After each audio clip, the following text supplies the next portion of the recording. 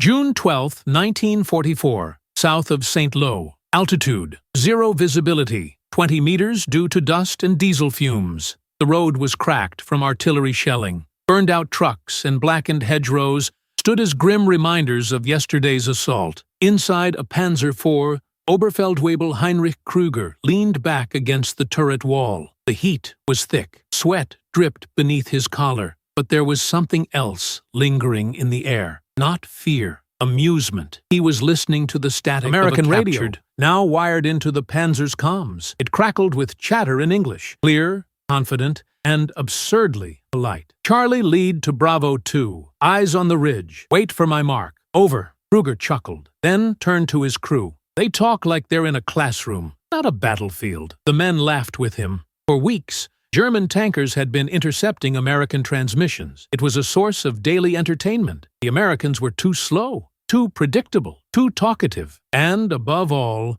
too reliant on their radios. To German ears, it sounded like a boys' club on the move, not an army. One of the loaders made a snide remark. If they spent more time aiming their guns and less time giving each other directions, maybe they'd hit something. Even the driver laughed at that. He had seen a Sherman crew try to reverse into cover and get stuck on a tree stump. They had to radio for another tank to tow them out. Amateurs. But behind the jokes, behind the lazy confidence and cigarette smoke, there was something they weren't seeing. Something that didn't announce itself with volume or bravado. It moved quietly, organized, coordinated, and it was getting closer. At that point in the war, many German tank crews still carried a kind of veteran arrogance, rightfully earned to an extent. They had faced the Red Army at Kursk, crushed French armor in 40, and outmaneuvered the British in Africa. Their tanks were superior, their gunnery sharper, their tactics honed through fire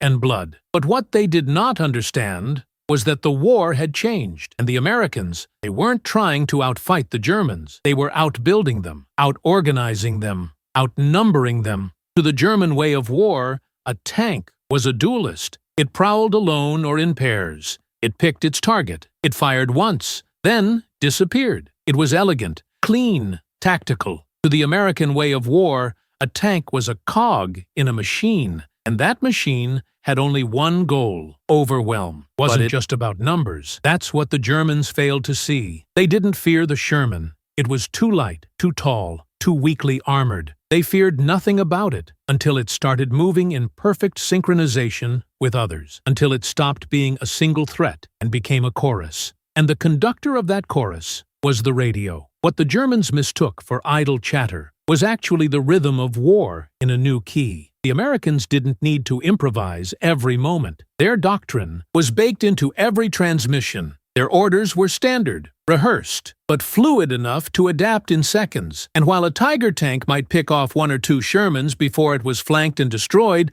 the Shermans kept coming because they weren't acting individually. They were acting as one. But for now, Krüger couldn't see that. He only saw another convoy of Shermans in the valley ahead, kicking up dust and moving in columns. He shook his head. They're not even hiding. No discipline. He lifted his binoculars. One Sherman paused, then shifted left. Another mirrored it to the right. Their turrets scanned in opposite directions. It looked practiced. No, that couldn't be. They're just lucky, he muttered. Just amateurs with a good script. What Krüger didn't know, what he couldn't know, was that those Shermans weren't reacting. They were executing. Each move was part of a plan drafted miles behind the front, refined through training, transmitted in real time. The same plan had trained thousands of crews across continents. To him, they looked disorganized, but in reality, every tank was in the right place, at the right angle, at the right time. It wasn't luck, it was synchronization. The kind of synchronization only possible with one tool, the radio. And the irony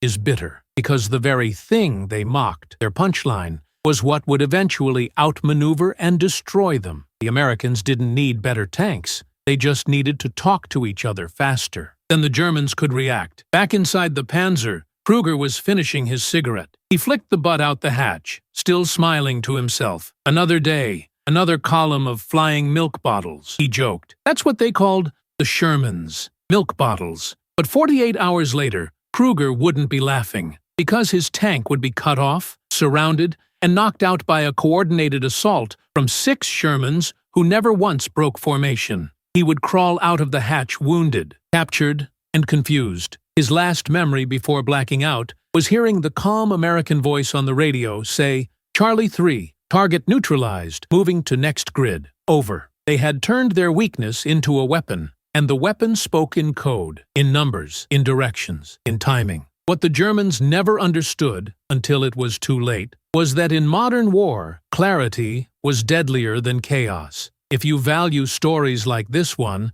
narratives hidden behind steel and silence, leave a comment. Share your thoughts below, and subscribe for more untold chapters of forgotten history. It was never supposed to win. That was the quiet truth behind the Sherman tank. When American designers first rolled out the M4 in 1942, it was not built to outgun a Panther or to duel tigers in the fields of Europe. It was not sculpted from ambition or designed as a technological marvel. It was built to fill a need, a fast, reliable, easily produced machine that could be shipped across oceans, repaired in muddy fields, and driven by teenagers with barely 6 weeks of training. The German tanks were beasts, towering steel monsters with heavy armor and high-velocity cannons. The Tiger could destroy a Sherman from over a mile away. Its armor was so thick that standard Sherman shells simply bounced off. Even the Panther, lighter than the Tiger but equally lethal,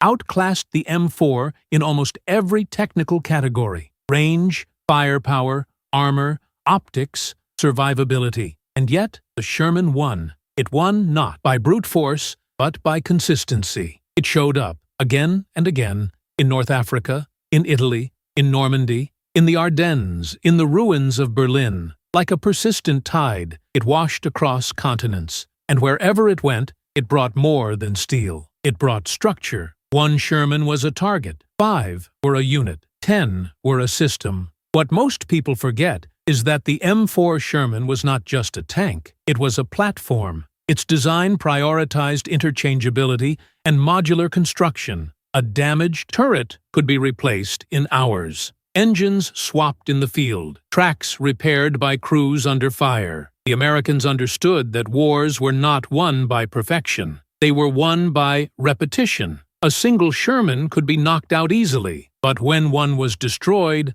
another rolled in to take its place, and another, and another. For every Tiger the Germans produced, the United States rolled out 8 or 9 Shermans. That ratio was not a coincidence. It was a philosophy. But numbers alone do not tell the full story. There is something unsettling about how simple the Sherman was. Its armor was flat, its silhouette tall. It caught fire easily when hit, earning it cruel nicknames from its own crews like Ronson and Tommy Cooker. These were not flattering terms. They were survival humor, coping mechanisms for men who knew their chances against a Tiger in a straight fight were slim. So why did the Sherman crews keep going? Because the Sherman was more than a tank. It was a tool in a key machine bigger than itself, one that extended from the factory floor in Detroit to the bocage of Normandy, from the steel mills of Pittsburgh to the shattered villages of Belgium. When a Sherman moved, it was not moving alone.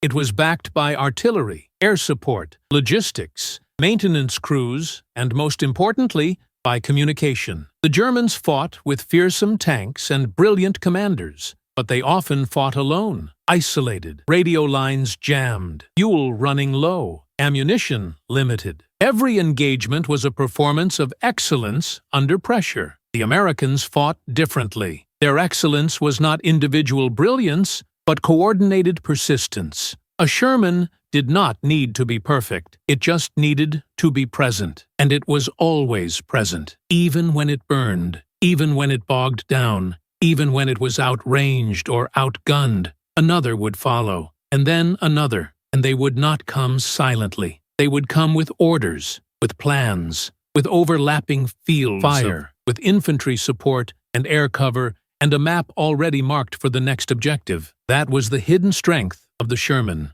Not its armor, not its gun, but its role as a synchronized piece of a larger design, a mobile pawn in a game where pawns were mass-produced trained, and moved in perfect alignment. While the Germans refined a few masterful weapons, the Americans created an industrial organism. The Sherman was its blood cell, always circulating, always flowing. There is a story, often told by veterans. A German officer, captured near Aachen, was asked what he feared most on the battlefield. His answer was not the Sherman itself, not even the Thunderbolt or the Mustang. He said, "I feared the moment the Shermans stopped moving one by one and started moving together. That is when we knew we were finished." Because when the Shermans moved together, they became more than tanks. They became signals of inevitability, evidence of an enemy that did not need to overpower you. It only needed to outlast you, outsupply you, outmaneuver you in time, not just in space.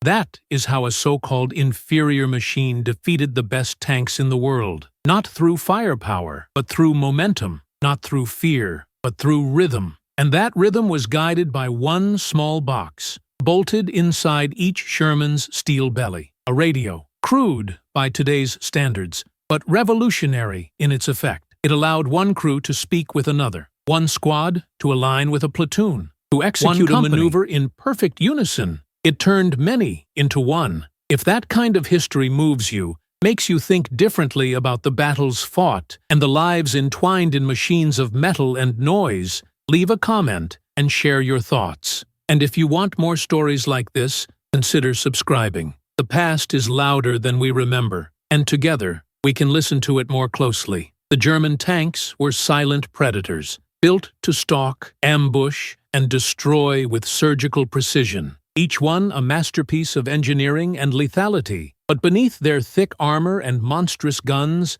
there was a vulnerability no one saw coming. A weakness not in steel, but in silence. Inside most German tanks, only the platoon commander had access to a radio. The rest of the crews relied on visual cues, shouted orders, or hand signals to coordinate under fire. In theory, this worked. It had worked in Poland. It had worked in France. But in the chaos of a battlefield, flooded with smoke, mud, noise, and confusion, seconds were everything, and seconds were being lost. By contrast, every American Sherman was equipped with a radio. Not just the command tank, every single one. A seemingly small decision, but one that reshaped how armored warfare was conducted. It gave each crew the ability to communicate, to adjust, to respond not just individually, but as a group. While a German tank might take precious moments to react to a sudden flank, a Sherman unit had already shared the threat, plotted the response, and begun the maneuver. Imagine a battlefield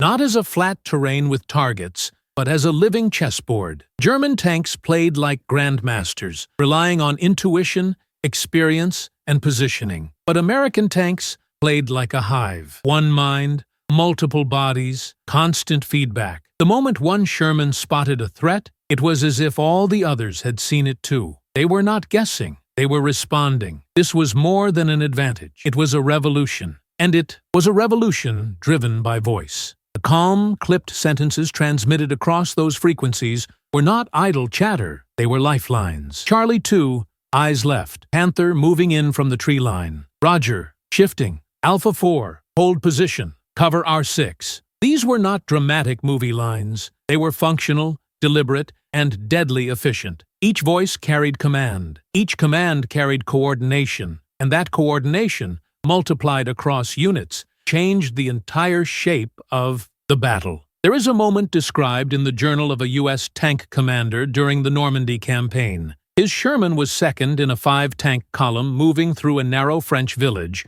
when the lead vehicle was struck by a hidden Panzer IV. In old doctrine, that would be chaos. Stop, panic, retreat. But through the radio, orders were instant. The 3rd tank pulled forward and fired a smoke shell to blind the enemy. The 4th reversed to provide rear security. The 5th relayed artillery coordinates. The 2nd tank, his tank, shifted right and returned fire. All of it happened in less than 20 seconds. Not because they were braver, not because they were faster, but because they were connected. And that connection made all the difference. The Germans often believed they were fighting disorganized amateurs. In some ways, they were. Many American crews had never seen combat before. Their movements were mechanical, their voices uncertain, But over time, the system began to shape them. The chaos began to form a pattern, and that pattern became terrifying. German tankers started noticing something strange. The Shermans were showing up in pairs,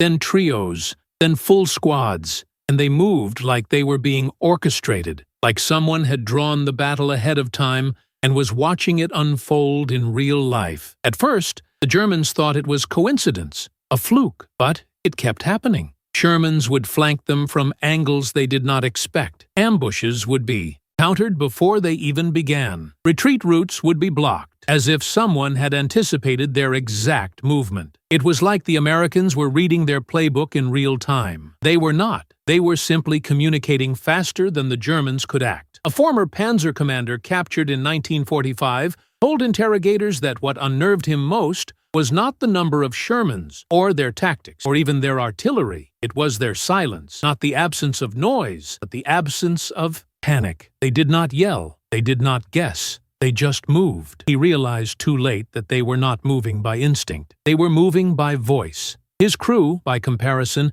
had to shout over the roar of the engine, banging helmets together in frustration, trying to understand what was happening outside the steel cocoon of their turret. By the time they reacted, the trap had already sprung. That was the power of the American radio. It was not glamorous. It did not fire shells or pierce armor, but it gave birth to something far more dangerous: speed, adaptability, unity. And unity in battle is what decides everything. In military terms, this kind of coordinated movement is called force multiplication. It means that even with inferior equipment, superior coordination makes you exponentially more effective. A lone Sherman had little chance against a tiger, but 5 Shermans, acting in sync, could distract, flank, and eliminate that same tiger with minimal losses. And it was the radio that made that possible. There was even a psychological toll. German troops began to associate the appearance of Sherman tanks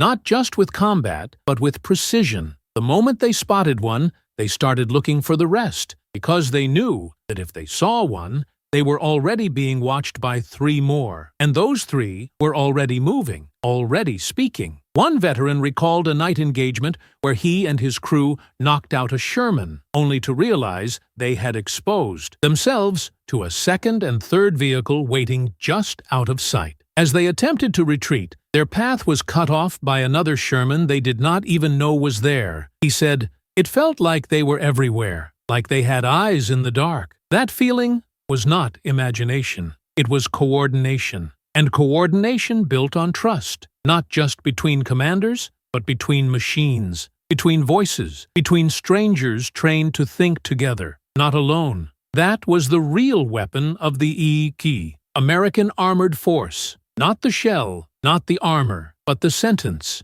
If this kind of detail helps you see the war in a new light, take a second to share your thoughts below. And if these stories matter to you the way they matter to us, consider subscribing. Sometimes, the most powerful force on the battlefield is not what you see, it is what you hear. August 3rd, 1944, northern France, just outside Ardennes. The morning fog had barely lifted when the panzer column began to move. 3 panzer IVs, hardened veterans from the Eastern Front, advanced slowly through a narrow valley lined with hedgerows. The road ahead was silent, except for the rumble of diesel engines and the creaking of steel tracks over loose stone. Their crews felt confident. The Americans were predictable, reckless. They charged forward in columns, exposed and disorganized. And their tanks, those awkward Shermans, were barely more than tin cans with radios bolted inside. Inside the lead panzer, Oberleutnant Franz Metz was calm.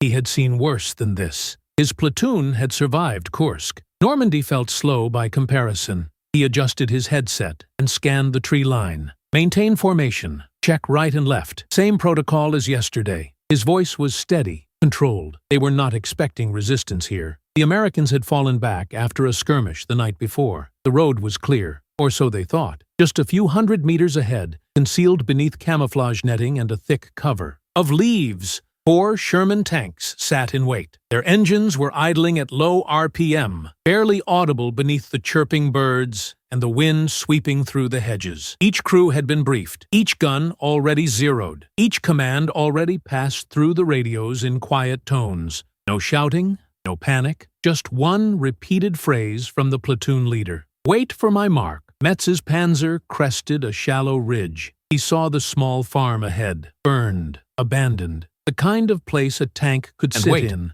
but there was no movement. He lifted his binoculars, scanning slowly. "Empty," he muttered. Then the radio crackled again. "All panzers, halt." A shape flickered to his left. Metz turned. Nothing. Then came the voice from inside the American net. "Target confirmed. Fire at will." The Sherman to the left opened first. A 75mm shell slammed into the track of the lead panzer, disabling it instantly. Sparks flew as steel twisted, and the right side of the tank dropped, motionless. The crew scrambled inside to regain control, but it was too late. Seconds later, the second Sherman fired from the hedgerow on the right, hitting the rear tank. The blast tore through the engine compartment, filling the air with black smoke and fire. The third panzer reversed, trying to retreat, but a fourth Sherman had already moved behind them, cutting off the escape. In less than 20 seconds, the entire German unit was trapped in a kill box. Their formation shattered. Inside Metz's tank, the crew shouted over each other. The loader grabbed another shell. The gunner rotated the turret, but he could not get a clear line of sight. "They are everywhere!" he yelled. What made it terrifying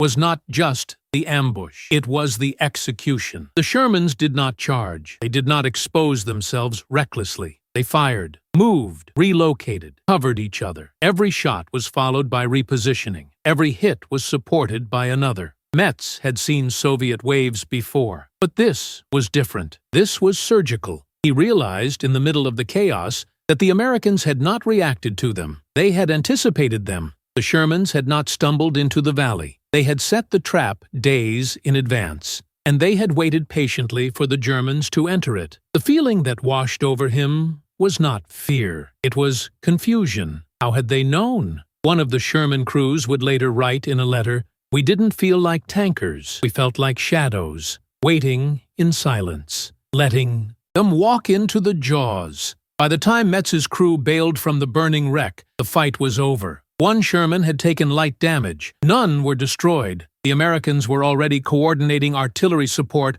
on the nearby crossroads, preparing for any reinforcements. Metz sat on the ground, coughing from smoke and dust. He looked up and saw one of the Shermans move down the road in perfect alignment with the others. Their formation was tight, their pace controlled. He turned to a EIO, wounded sergeant beside him, and whispered, "They don't move like machines. They move like they already know the ending." In the debriefing days later, Metz was asked what had gone wrong. His answer was chillingly simple. "They saw us before we saw them. They moved before we could think. We fought tanks, but it felt like we were fighting the same mind in 4 bodies." That ambush was not the first of its kind, and it would not be the last. The Allied doctrine had evolved from survival into strategy. Their coordination had reached a point where the battlefield was not just being fought, it was being choreographed. Every Sherman was a dancer, every shell a note, and the radio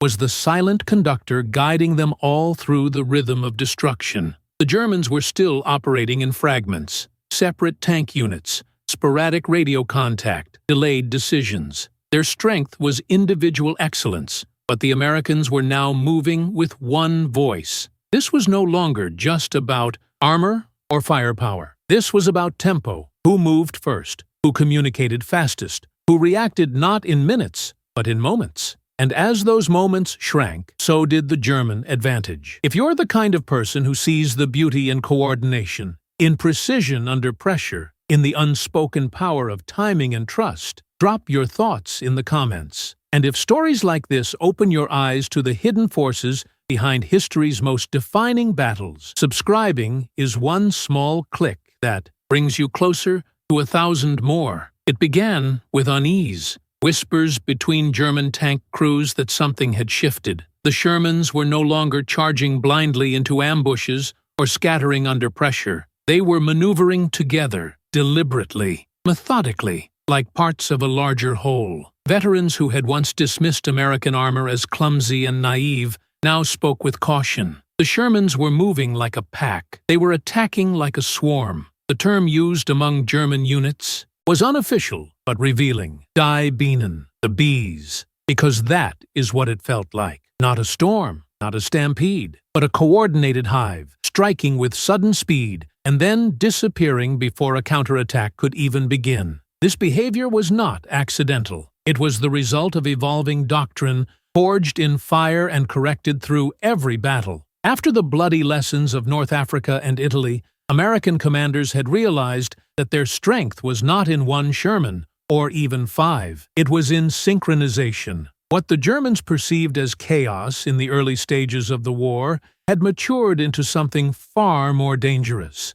American tank crews had learned to rely on one another not just for survival, but for strategy. A typical engagement now looked very different. 2 Shermans would draw enemy fire, not recklessly, but purposefully, acting as bait. Meanwhile, a second pair would circle wide behind the enemy's flank, radioing constant updates. A 5th tank would remain, stationary, watching, waiting for the exact moment to strike. The Germans would respond to the front, unaware that their own escape routes were being silently mapped and blocked. This tactic, known informally as fire and hook, was a deadly evolution of the old hammer and anvil. But the Americans did not need a full battalion to execute it. 5 tanks, communicating clearly and acting without hesitation, could dismantle even a powerful armored column. And they did it again and again. What made it more unsettling was the psychological pressure it created. German tankers were trained for duels, one-on-one,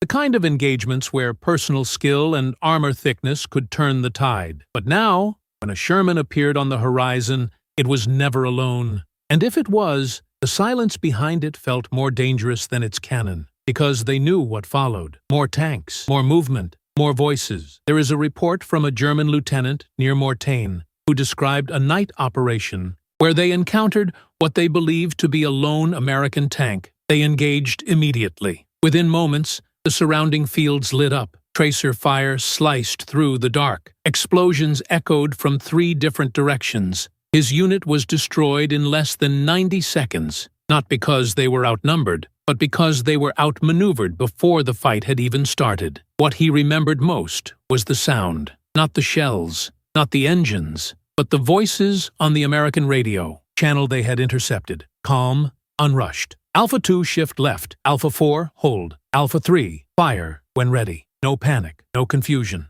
just execution. That calm coordination began to eat at the confidence of German crews. They started hesitating. And hesitation in armored warfare is a death sentence. Some commanders began refusing to engage unless they had overwhelming superiority, fearing the trap that might be waiting just out of sight. American crews, on the other hand, gained confidence with every engagement, because they knew they were never truly alone. Their radios were lifelines, their movements rehearsed, and even when terrain broke their line of sight, their formation remained intact through voice. Veterans spoke of feeling part of something larger, like limbs on the same body. One gunner from the 3rd Armored Division wrote in a letter home, "Sometimes I forget what our tank even looks like. I just remember the voice of the guy to our right and how we move when he moves." That cohesion created momentum, and that momentum began to shift the balance of the war. It was not just about killing tanks. It was about taking ground, holding crossroads, surrounding strongpoints. The Shermans, with their agility and their numbers, became the tip of a spear, guided not by brute force, but by doctrine and discipline. Even elite German units began falling into defensive patterns. Instead of dictating the fight, they were reacting to one. The Americans were choosing the battlefield, choosing the timing, choosing the angles. Because their tanks were not operating as individuals, they were operating as a collective. There is a photo, rarely discussed, taken from the aerial archives of a reconnaissance plane in 1944. It shows 6 Shermans moving across an open field in perfect formation, not bunched, not scattered, but aligned, spaced precisely, their shadows stretching like fingers across the grass. It is an image that looks more like choreography than combat. That was not coincidence, that was coordination. And the Germans noticed. Prisoners captured during the breakout from Normandy often spoke of the same strange sensation, that the Americans were not fighting harder, they were fighting smarter. And that smartness was not about intellect or instinct, it was about unity. One German officer summed it up with reluctant respect. We had better tanks, but they had better teamwork, and in the end, that was more frightening. If these kinds of overlooked truths about war speak to something deeper in you, take a moment to leave your thoughts in the comments. And if you're someone who believes that the human element behind every machine matters just as much as the steel itself, subscribing might be the best way to keep exploring these forgotten layers of history. It was never just about the tank. While the Germans perfected individual machines of terror, the Americans built an entire system around theirs. A system fueled by numbers, yes, but also by something even more dangerous: standardization, logistics, communication. And at the center of it all stood the Sherman, not as a singular force, but as a node in a vast living network of war. By 1944, the United States was producing Shermans at a staggering rate. Nearly 50,000 would roll out before the end of the war. That number alone meant dominance, but it was what came with each tank that truly tipped the scale. Every Sherman left the factory floor not just with armor and AE cannon, but with a radio tuned to a doctrine, a supply chain already set to support it, and a manual that mirrored every other manual in every other tank. Crews could be rotated between units without confusion. Parts could be swapped in the field without delay. Mechanics in France could repair a tank that had been assembled in Michigan without hesitation. This wasn't improvisation. This was by design. In Detroit, factories were running day and night. On some production lines, it took just over 2 hours to complete an entire tank hull. Workers, many of whom had never seen a battlefield, were trained to assemble parts with ruthless efficiency. A single rivet gunner might repeat the same motion hundreds of times a day. It wasn't glamorous, but it was war at industrial scale. That same industrial logic extended beyond the tank itself. Ammunition calibers were standardized, fuel types were unified. Supply depots carried parts for every vehicle because every vehicle followed the same blueprint. The Germans, by contrast, struggled under a chaotic system of overlapping designs. Their tanks were marvels of engineering, but nightmares of maintenance. A Tiger broken down in the field could take days to repair, if the right parts were even available. A Sherman, on the other hand, could be back in action within hours. If one tank was knocked out, the crew could be reassigned to another. The mission continued. The machine mattered, but it was the continuity that truly gave the row Americans their edge. And that continuity extended to how Shermans communicated not just with each other, but with the wider battlefield. Each tank's radio was tuned to company-level frequencies, but higher command could cut in. Air support could coordinate through forward observers. Artillery could receive adjustments mid-battle from tank commanders themselves. This created a feedback loop of constant awareness. The battlefield was no longer just terrain. It was an information grid. Shermans did not advance blindly. They moved in harmony with fighter squadrons above, artillery behind, and infantry alongside, all connected, all aligned. When a unit encountered resistance, it didn't stop, it signaled. And behind that signal came solutions, airstrikes, barrages, reinforcements. It was never just a tank fight. It was orchestration. There's a forgotten report from the 2nd Armored Division during the breakout from St. Lo. A platoon of Shermans encountered heavy German resistance in a crossroads village. Instead of engaging head-on, they radioed their position, marked enemy strong points, and pulled back 50 meters. Within 7 minutes, American artillery flattened the entire intersection. The tanks moved in unopposed. Casualties? 0. That is what synchronization looks like. This kind of rapid, seamless cooperation was impossible without a deep foundation. The American war machine was not just efficient, it was anticipatory. Tank units carried spare radios, extra barrels, even welding equipment. Field depots were stocked not for emergencies, but for inevitabilities. They didn't just prepare for breakdowns, they expected them. And when you expect friction, you plan around it. You make it irrelevant. Compare that to the German side, where many tank crews relied on scavenged parts, improvised fixes, and constant maintenance delays. In the later stages of the war, fuel shortages crippled even elite units. Entire battalions of Panthers were abandoned not in combat, but on the side of roads,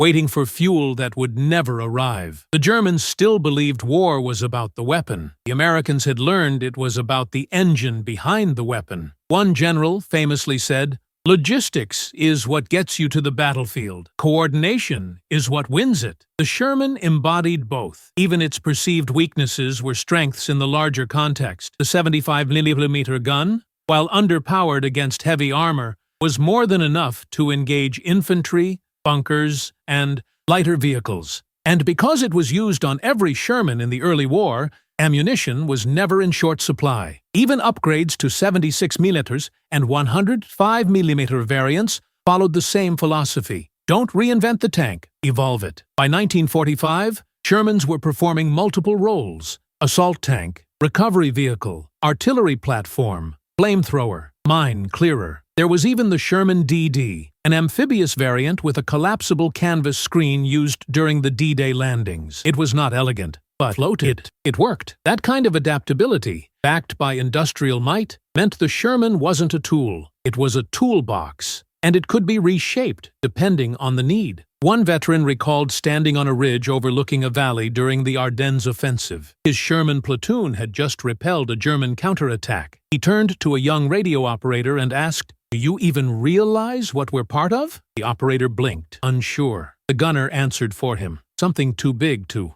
fail." That was the essence of the Sherman war machine. Not fearlessness, not perfection, but inevitability. When you saw one Sherman, you were seeing the front line. But behind that were the factories, the convoys, the engineers, the planners, the oil fields, the workers, the doctrine, the manuals, the training camps, all of it, moving in one direction, forward. And when all of that is moving forward together, it is no longer just a strategy. It becomes momentum. If these deeper layers of history resonate with you, if they make you think about war not just as chaos, but as coordination, take a moment to share your thoughts in the comments. And if you want to keep exploring the systems behind the steel, subscribing ensures you never miss the machinery moving beneath the surface. By the winter of 1944, the laughter had stopped. What began as mockery in the summer of Normandy had slowly, inexorably turned into silence.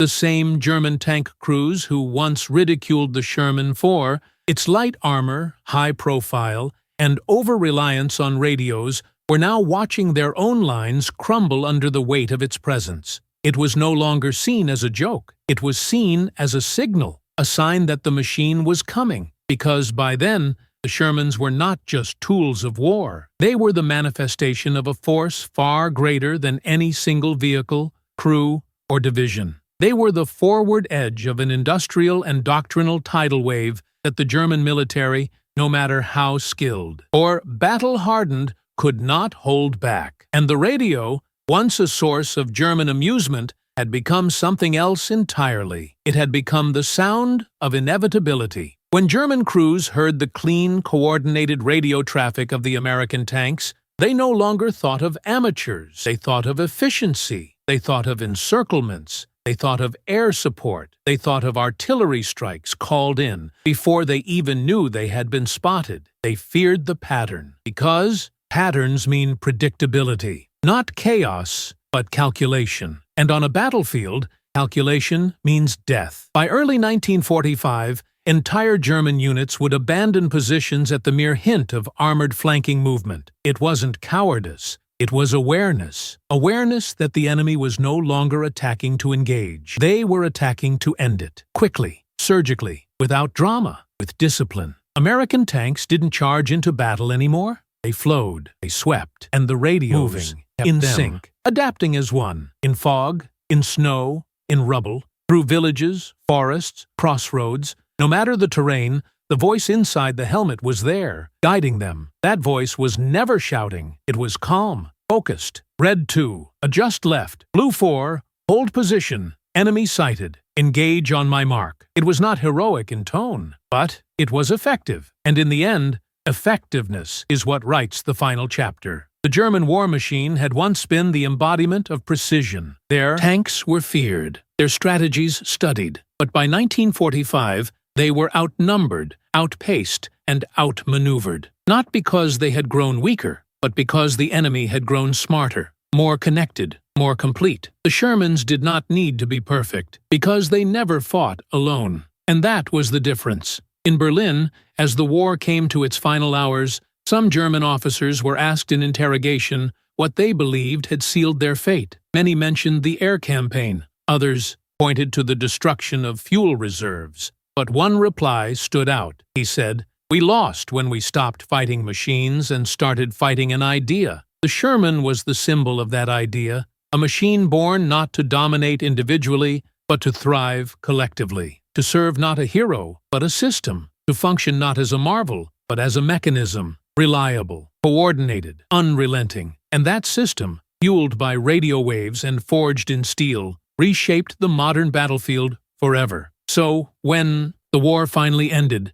and the last tanks rolled to a stop, the stories that remained were not just about battles won or firepower unleashed. They were about voices, connections, timing, the invisible thread that tied men and machines together across fire and distance. The laughter had long since faded. What echoed now was something else, a quiet recognition that in the end, the most powerful weapon of the American tank wasn't its gun, or its armor, or its numbers. It was its ability to speak and to be heard. Thank you for joining us on this journey through one of history's most overlooked transformations. If this story moved you, if it opened a new window into the war and the people who lived it, consider leaving a comment. We'd love to hear your thoughts. And if you want to keep exploring the stories behind the steel, behind the smoke, and behind the silence, be sure to subscribe. And now, click on the next video that's about to appear on your screen, because history